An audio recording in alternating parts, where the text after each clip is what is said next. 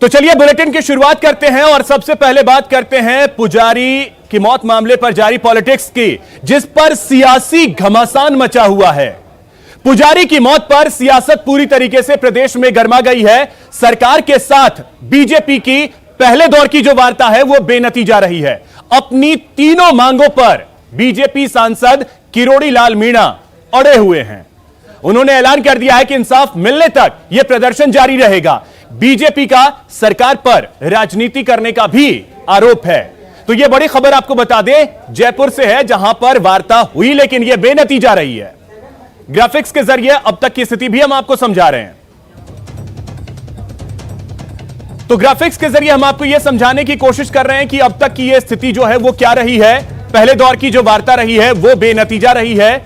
मंत्री की अध्यक्षता में बैठक चल रही थी और वहीं दूसरी तरफ बीजेपी प्रतिनिधि मंडल में कई सारे लोग जो हैं वो शामिल थे। और आपको बता दें कि इस पर फिलहाल जो पहले दौर की वार्ता हुई है वो बेनतीजा रही है। तीन मांग जो हैं किरोड़ी लाल मीणा और साथ ही जो परिजन है पुजारी के शंभू शर्मा के, उनके जो परिजन हैं उनकी मांग है, तीन प्रमुख मांगे हैं और तीनों में से किसी पर सहमति फिलहाल बन नहीं पाई है। और आज दौसा में एक तरफ जो धरने पर लोग बैठे हैं हरीश जी चौधरी के यहाँ, उसमें ब्राह्मण समाज के नेता भी हैं और हमारे लोग भी हैं।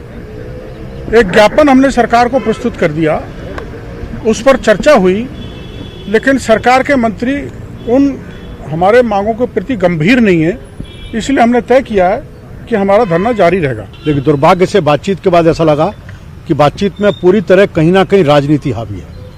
जो मूल विषय था, जिसमें वो शंभू शर्मा की जमीन के ऊपर कब्जे का बात होगा, फर्जी रजिस्ट्री होगी, उस विषय के ऊपर सरकार की तरफ से कोई सकारात्मक रुख नहीं। जो जिम्मेदार अधिकारी हैं वो तहसीलदार है, जो नगर पालिका के क्षेत्र के जो ईओ हैं, जिनके संरक्षण में सारे गलत निर्माण हुए हैं, उनको सस्पेंड करने की मांग थी, उसके लिए तैयार नहीं है। जो एडीएम जो सारी घटना के लिए लगातार फ्लेयर अप करने के लिए लोकेश मीणा इसके लिए जिम्मेदार है, उस लोकेश मीणा को बचाने के लिए पूरी सरकार अपनी सारी ताकत करने में लगी हुई है। लेकिन दुर्भाग्य से आज सरकार इन सब मामलों के ऊपर पूरी तरह ब्लैंक है। हम निश्चित रूप से हमने कहा है कि हमारी तरफ से वार्ता के दरवाजे खुले हैं, धरना चलता रहेगा। जहाँ तक इस केस की मेरिट की बात है, निष्पक्ष तौर के ऊपर इसकी जांच हो रही है। जो भी दोषी है उसके खिलाफ कार्रवाई करी जाएगी। तहसीलदार को रजिस्ट्री के संदर्भ में उसके खिलाफ आरोप लगा तो तहसीलदार को तत्कालीन एपीओ कर दिया गया। निर्माण के संदर्भ में नगर पालिका के अधिकारियों के बारे में कहा जा रहा है कि वो उनकी मिलीभगत है, तो नगर पालिका के अधिकारी को भी जल्द से जल्द जांच कराना और जब तक जांच करें तब तक उन अधिकारियों को वहाँ नहीं रखने तक ये बात हो चुकी थी। पर आज इन बातों से ज़्यादा और बातें करना, क्या आज ये उचित है अनुचित है, ये फैसला उन लोगों को करना है। चलिए अब आपको बताते हैं कि आज पूरे दिन क्या क्या हुआ इस मामले में। दौसा से पुजारी का शव जयपुर लाया गया। सिविल लाइंस फाटक पर शव के साथ प्रदर्शन किया गया। बीजेपी तीन मांगों को लेकर प्रदर्शन कर रही है। तीन प्रमुख मांगे हैं बीजेपी की। मंदिर माफी की जमीन से अतिक्रमण हटाया जाए, यह प्रमुख मांग है। इसके अलावा साजिश के तहत रजिस्ट्री कराने वालों की गिरफ्तारी की जाए, यह दूसरी मांग है। साथ ही जो तीसरी मांग है वो यह है कि पुजारी के परिवार को 10,000 रुपए महीने भत्ता दिया जाए। यह प्रमुख मांगे हैं बीजेपी प्रतिनिधि मंडल की। पहले दौर की वार्ता जो रही है वो बेनतीजा हो गई। मंत्री हरीश चौधरी के साथ यह वार्ता हो रही थी जो बेनतीजा रही है। इस वार्ता से कोई नतीजा निकल नहीं सका है फिलहाल।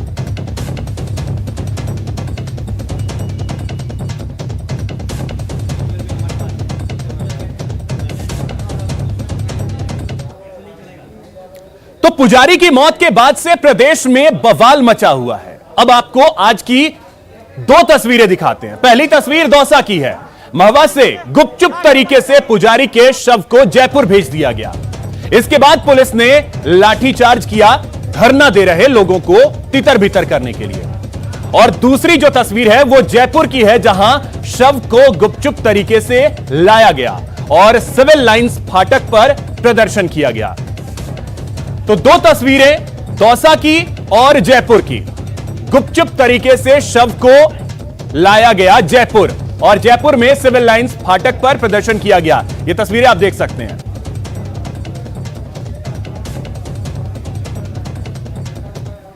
तो इसी खबर पे और अधिक जानकारी के साथ हमारे सहयोगी सुधीर शर्मा जयपुर से सीधे इस वक्त हमारे साथ जुड़ रहे हैं। सुधीर, आपके पास आ रहे हैं, आपसे समझना चाहेंगे वार्ता में क्या कुछ रहा। देखिए, वार्ता ये कह सकते हैं कि पहले दौर की वार्ता थी, ये बेनतीजा रही है। बेनतीजा इस मसले पर कि जो एसडीएम एडीएम की जहां तक बात थी उसको हटाने की बात पर सहमति नहीं बनी। सरकार की ओर से ये कहा गया कि इस मामले पर पहले जांच करवा ली जाए, उसके बाद निष्पक्ष कार्रवाई होगी, अगर कोई दोषी होगा तो उसके खिलाफ कार्रवाई की जाएगी। ये कह सकते हैं कि प्रतिनिधिमंडल ने यह भी कहा कि सरकार समाधान करना नहीं चाहती, सरकार राजनीति कर रही है वगैरह वगैरह। आपको एक तस्वीर दिखाना चाहते हैं यहाँ की।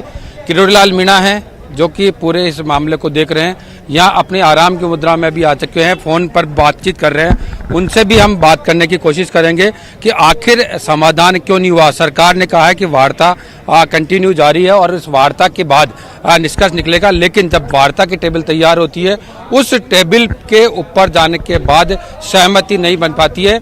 मंत्री हरीश चौधरी ने एक नए अंदाज में कहा कि कुछ लोग अधिकारियों को हटाना चाहते हैं, तो उनके कहने पर केवल अधिकारी हटाए नहीं जा सकते, पहले जांच होगी। क्या था पूरा मामला, क्या नहीं, उनसे बात करेंगे। अभी कहीं फोन पर बात कर रहे हैं। और ये क्या है कि पूरा धरना रात को भी जारी रहेगा, इस बात का ऐलान यहाँ पर आने के बाद हो चुका है। क्या वार्ता रही, क्योंकि वार्ता की जो बिंदु थे उनसे इतर वार्ता बताई जा रही थी। वार्ता तो आपको मंत्री जी ने बताया होगा, वार्ता को तो मेरे को तो सरकार गंभीर नहीं दिखी। सरकार ने कहा कि हम वार्ता के लिए तैयार थे, वो उठ के चले गए। कुछ अधिकारियों के हटाने की बात थी, खासतौर से एक अधिकारी को हटाने की बात थी, उस पर जांच के बाद हटाने की बात कही थी, या उनको दांत से परे रखे उच्च अधिकारी से। जानते हैं, देखो अधिकारी वहाँ रहे, जांच हो तो जांच प्रभावित नहीं होती है क्या। हमने ये कहा था कि आप हटा दो, अगर जांच में दोषी नहीं है तो हमारी तरफ से खूब लगाना। अब आगे क्या, आगे धरना है, रात भर धरने पे डटे रहेंगे। गहलोत साहब के दरवाजे पर बैठे, एक गूंगा बहरा पुजारी शंभू उनके दरवाजे पर गुहार लगाने के लिए आया।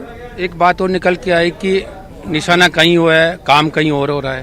कौन सा? हमने तो पूरे राज्य के मंदिर माफी की जमीनों को कब्जे हैं उनको हटाने की मांग की है और उसके लिए कानून बनाया जाए।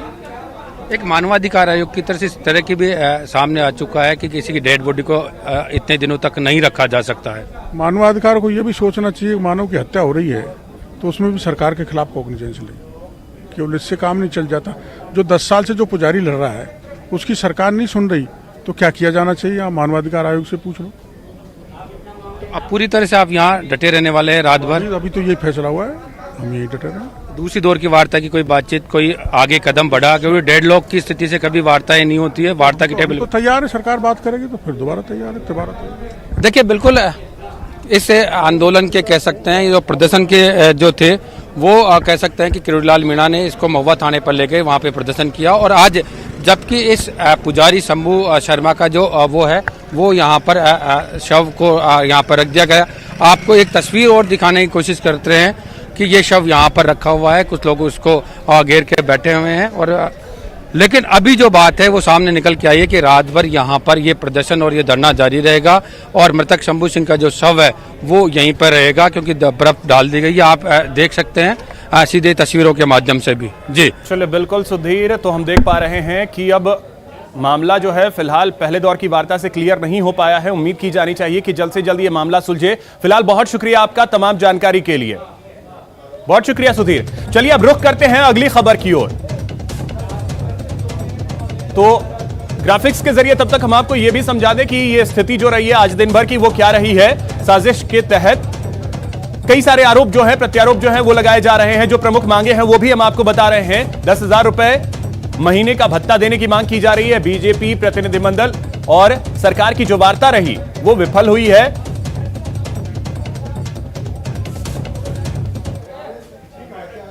सहाड़ा और राजसमंद के साथ ही अब सुजानगढ़ सीट पर भी कांग्रेस ने अपना दम दिखाना शुरू कर दिया है।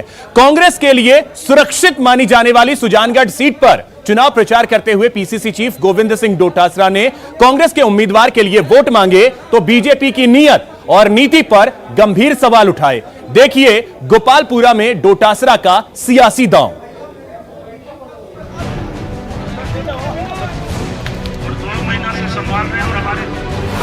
सुजानगढ़ में कांग्रेस का दांव। उसके बिजनेस को बर्बाद करने की, उसके परिवार को तकलीफ देने की बात कह करके, धमकी दे करके उनसे फार्म उठवाया गया। मैं समझता हूं ऐसा प्रजातंत्र में इतना निंदनीय काम कभी नहीं हुआ। भंवरलाल की विरासत के लिए प्रचार।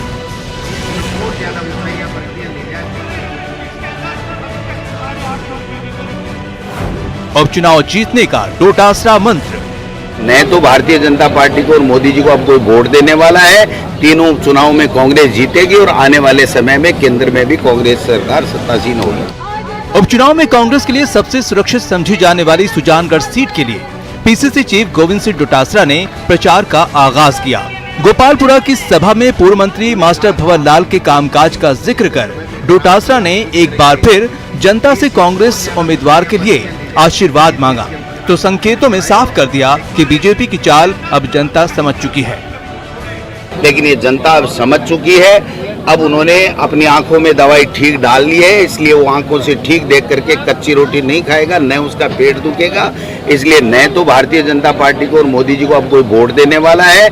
तीनों चुनाव में कांग्रेस जीतेगी और आने वाले समय में केंद्र में भी कांग्रेस सरकार सत्तासीन होगी। सभा में बड़ी संख्या में पहुंचे लोगों के बीच डोटासरा ने पीएम मोदी और वसुंधरा राजे की सरकार के दौरान किए अधूरे वादे जनता के सामने रखे तो लादूलाल पिथलिया प्रकरण को लेकर भी बीजेपी पर करारा वार किया।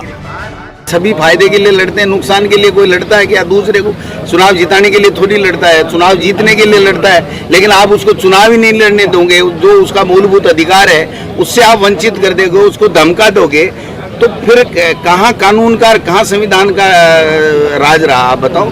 ग्रामीण क्षेत्र की इस बड़ी जनसभा में विधायक कृष्णा पूनिया और मुकेश भाकर समेत कई विधायक और संगठन से जुड़े नेता और कार्यकर्ता मौजूद थे। आपको बता दें कि 17 अप्रैल को सहाड़ा और राजसमंद सीट के साथ ही सुजानगढ़ में भी वोट डाले जाएंगे और 2 मई को चुनाव परिणाम सामने आएंगे, जिसके बाद साफ होगा कि क्या वाकई डोटासरा की नसीहत जनता को पसंद आई। मनोज शर्मा, न्यूज़ 18 सुजानगढ़। तो चलिए अब रुख करते हैं अगली खबर की ओर। उपचुनाव से जुड़ी ही खबर है। आपको बता दें कि उपचुनाव के रण में गहलोत की घोषणाएं कांग्रेस के लिए गेम चेंजर साबित हो सकती हैं। पिछले दिनों में गहलोत सरकार की ओर से कुछ ऐसे बड़े फैसले किए गए हैं जो उपचुनाव में कांग्रेस को फायदा दिलाएंगी। किस तरह यह घोषणाएं चुनाव में कांग्रेस के समीकरण साधेंगी, देखिए इस रिपोर्ट में। स्वर्णिम सौगात से मिलेगी सफलता।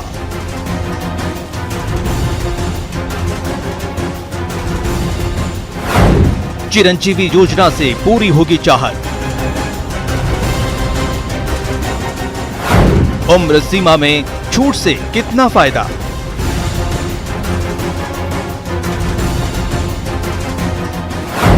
गेम चेंजर होंगी गहलोत की घोषणाएं।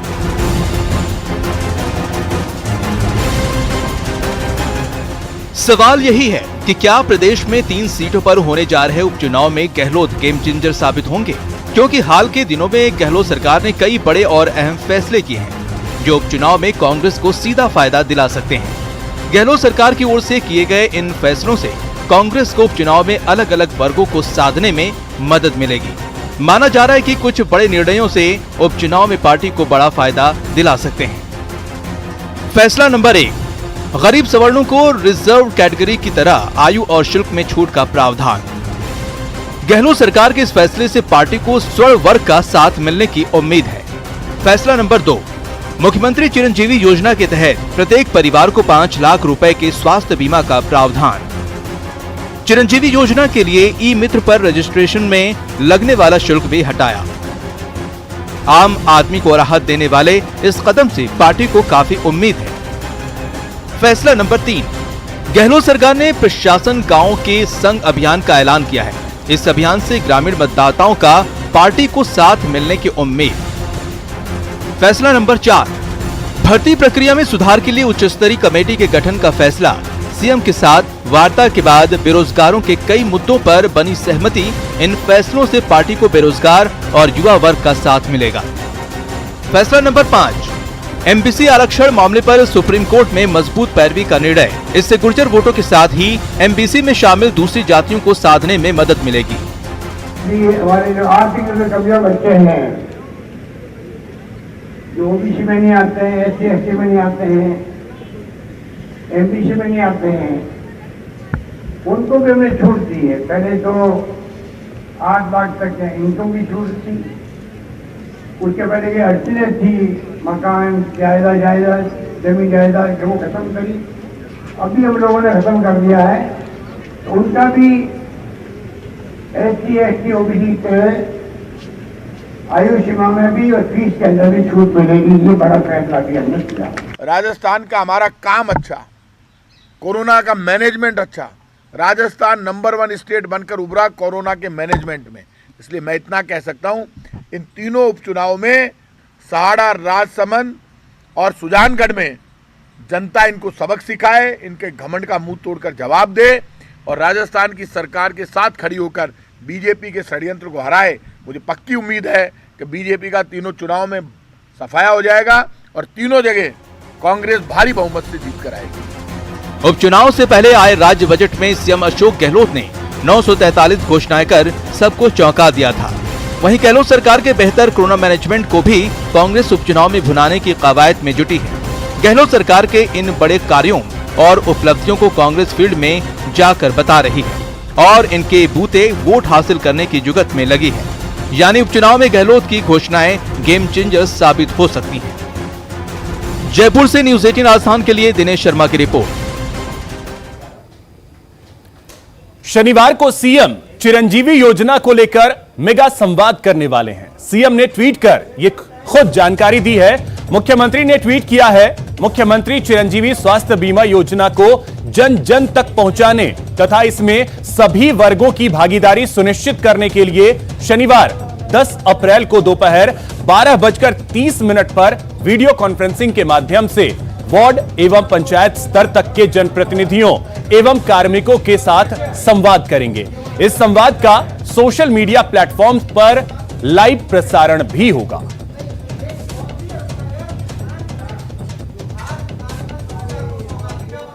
यहां वक्त हो चला एक छोटे से ब्रेक का। ब्रेक के बाद लौटेंगे तो बात करेंगे शराबबंदी पर मतदान की।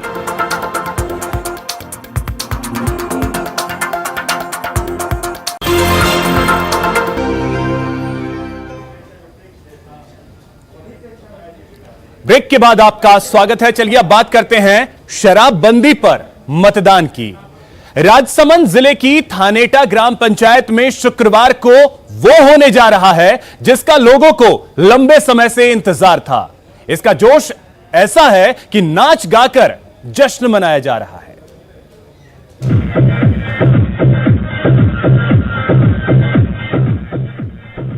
जमकर जश्न हो रहा है, खुशियां मनाई जा रही हैं।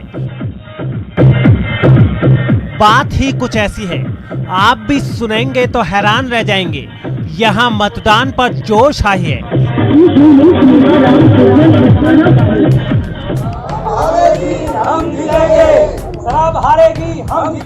लेकिन मतदान किसी जनप्रतिनिधि को लेकर नहीं, बल्कि उसे लेकर है जो समाज के लिए अभिशाप है, वो जिसे जहर तक कहा जाता है, वो जिसके सुरूर में इंसान सब कुछ भूल जाता है। हम जीतेंगे, शराब हारेगी, हम जीतेंगे। जी हाँ, शुक्रवार को राजसमंद के थानेटा ग्राम पंचायत में शराबबंदी को लेकर मतदान होगा। शराबबंदी मतदान के लिए सरपंच पंकजा सिंह और गांव के लोग पिछले 1.5 महीने से मेहनत कर रहे हैं और अब ये मेहनत रंग ला रही है। ग्राम पंचायत बरार के ग्रामीण पिछले 5 साल से शराबबंदी हेतु प्रयास कर रहे थे। हम लोगों ने काफ़ी संघर्ष किया है। प्रशासन के बाद हम बार बार गए हैं, लेकिन सबसे पहला प्रयास हमारा 2016 में था। उसके बाद हमने दोबारा प्रयास किया 2018 में। 14 फरवरी 2018 को हमने ज्ञापन सौंपा था मुख्यमंत्री जी के नाम पे। उसका सत्यापन हमें 24 जून 2019 को हुआ था और उसके बाद अब हमें 15 अप्रैल 2021 की तारीख मिली है। तो शराब पर मतदान होगा और झूम कर नाच रही इन महिलाओं को विश्वास है कि अपने इलाके में वोटिंग के जरिए शराब पर ब्रेक जरूर लगेगा। आपको बता दें कि साल 2011 की वोटिंग लिस्ट के अनुसार होगा मतदान। 9 अप्रैल को थानेटा पंचायत में होगा मतदान। 15 अप्रैल को बरार हामिला की वैर पंचायत में मतदान होगा। अब समझिए कब कराया जाता है शराबबंदी के लिए मतदान। पंचायत के 51% वोटर शराबबंदी के लिए मतदान करते हैं, तो फिर प्रशासन शराबबंदी के लिए मतदान करवाता है। थानेटा और बरार के ग्रामीणों ने लागू की है शर्तें। गांव में शराब के लिए दुकान देने पर मनाही है। जमीन देने वालों पर लगेगा लाखों का जुर्माना। ग्राम पंचायत काछबली और मंडावर में शराबबंदी लागू। 2018 में थानेटा ग्राम पंचायत में 51% वोटरों ने शराबबंदी पर वोट किया, लेकिन प्रशासन ने इस ओर ध्यान नहीं दिया, जिसके बाद ग्रामीण हाईकोर्ट की शरण में गए। 2019 में ग्रामीणों के पक्ष में फैसला आया और प्रशासन को मतदान करवाने के आदेश दे दिए गए। गुरुजी ने कहा भी दिमाग भ्रष्ट हो जाता है उस आदमी। उसने जाते ही उस महिला से गाली गलौज कर दिया और उस महिला ने उसके थप्पड़ मार दी, उसका शर्ट फाड़ दिया और उसको थाने में लेकर के आए। उसको हमने कहा ऐसे क्यों किया? क्या मौत ठा नहीं पड़ी दारू में हुई क्यों? अरे भला आदमी तुम्हारी बेइज्जती कर रही है, वो भी थाना में बैठा तू लेना अटे आइयो फटाफट। और मैं थोड़ी देर पहले आज बात करा हुई। लेकिन फिर लोकसभा, विधानसभा और सरपंच के चुनावों के चलते मतदान नहीं हो पाया और बाद में कोरोना आ गया। लेकिन अब 9 अप्रैल को शराबबंदी का मतदान होगा। इसके लिए महिलाओं की टोली घर घर जाकर लोगों को मॉक वोटिंग का अभ्यास करा रही है। साथ ही गांव से बाहर रह रहे लोग भी वापस लौट रहे हैं। खास बात यह है कि शराबबंदी के लिए मतदान का सिलसिला आगे भी जारी रहेगा और आसपास के पंचायत में भी इस तरह के मतदान कराए जाएंगे। न्यूज 18 के लिए राजसमंद से अलकेश शनाटिया की रिपोर्ट। यहां वक्त हो चला है छोटे से ब्रेक का। ब्रेक के बाद लौटेंगे तो बात करेंगे न्यूज 18 की खबर के दमदार असर की।